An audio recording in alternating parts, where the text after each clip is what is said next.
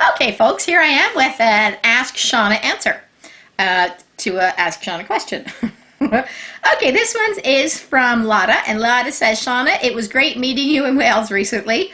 Okay, I have to point out that was this one's back in September because I haven't had a chance to do a lot of these because I've been so doggone busy. So I'm getting to all my backlog.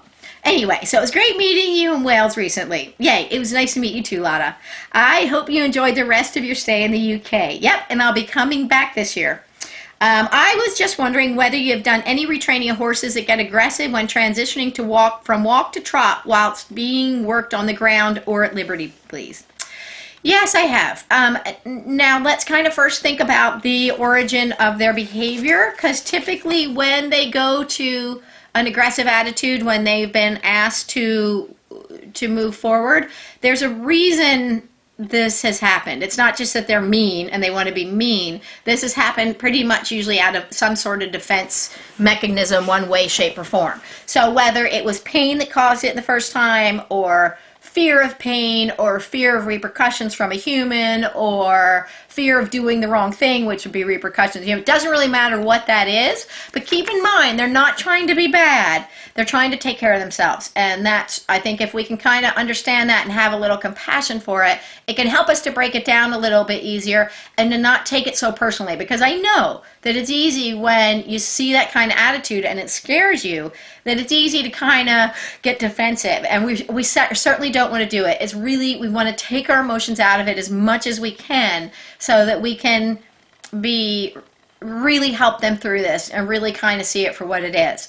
So what I would do is I would really get them very strong about going with the target, so that the target is their friend. They love the target. They love following the target. They love going to stationary targets. They love chasing the targets. All of these things are things that they love to do. So the target becomes something that is not, it's something they don't even perceive as aggressive, or I need to, I hate that, but we start saying, no, following the target, going to the target, moving towards the target, all of that is good. What I would click on during that time, one, is relaxation. So really work on that relaxation and softness as part of the training, period. So if you have a horse who's a little bit propensity towards over-arousal, being a little too intense, a little too manic, a little too serious, a little too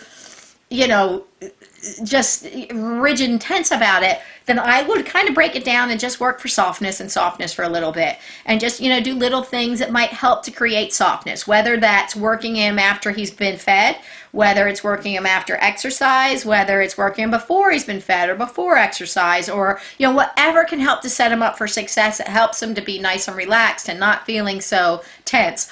Also, first things first, I kind of, sometimes I forget to say it because I say it so often, always be sure about physical. So rule out all the physical stuff. Get a vet to look them up one side and down the other, and be sure that you don't have some underlying physical issue that's causing this. And it could be that there was a physical issue at one time and the issue's resolved, but he remembers the pain that was associated with it. So resolve all that.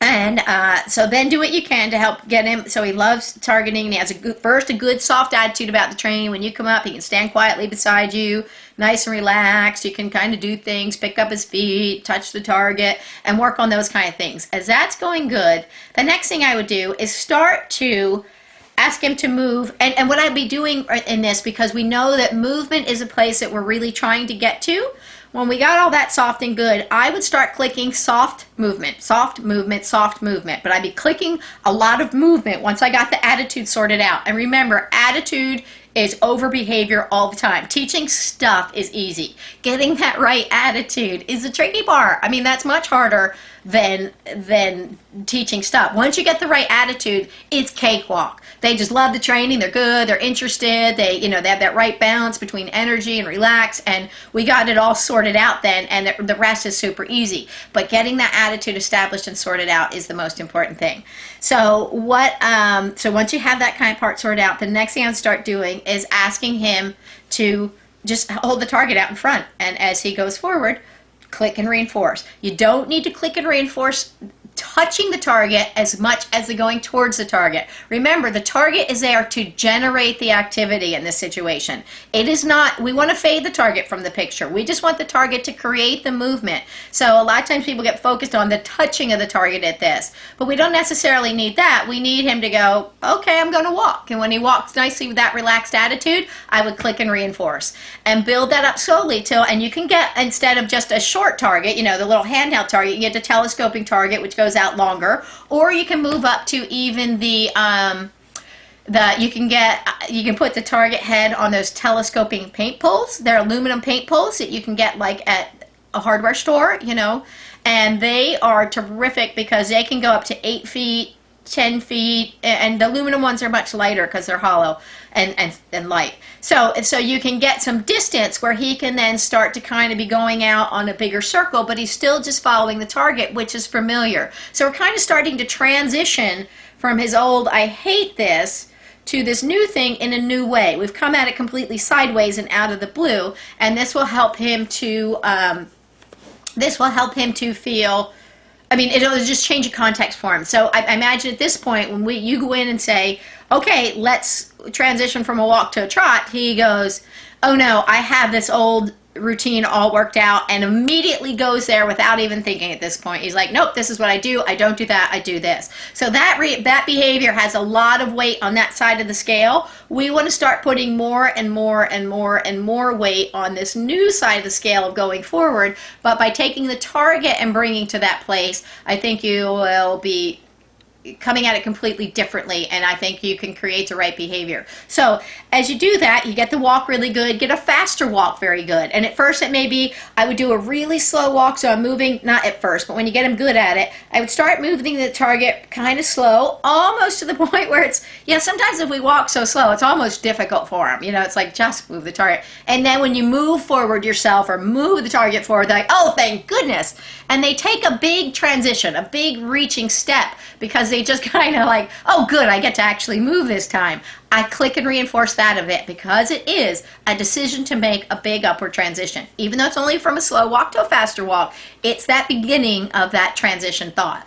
So then as that goes good, the next thing I'd ask him to do, get that going good. Then I would start moving, or it's a little bit faster, we has to start into the trot. And look for the slightest inkling of, I think I'm going to trot.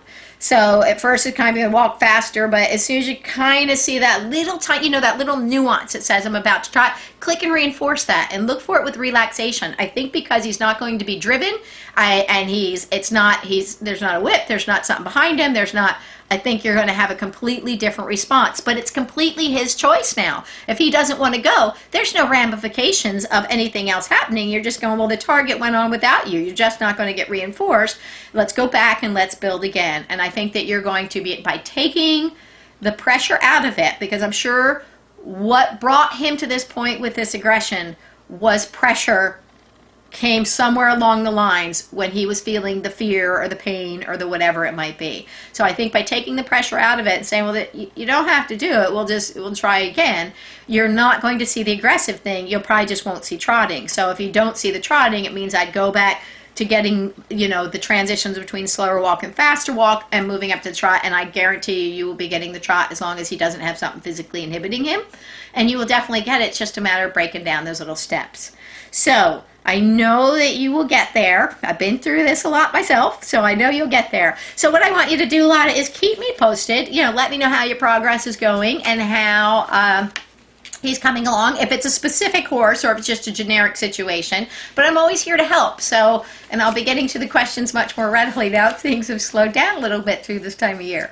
Anyway, so if you or anybody else has questions, please don't hesitate to get a hold of me at askshawna.com or shawnakarrasch.com. Until next time, enjoy getting your horses on target. Bye.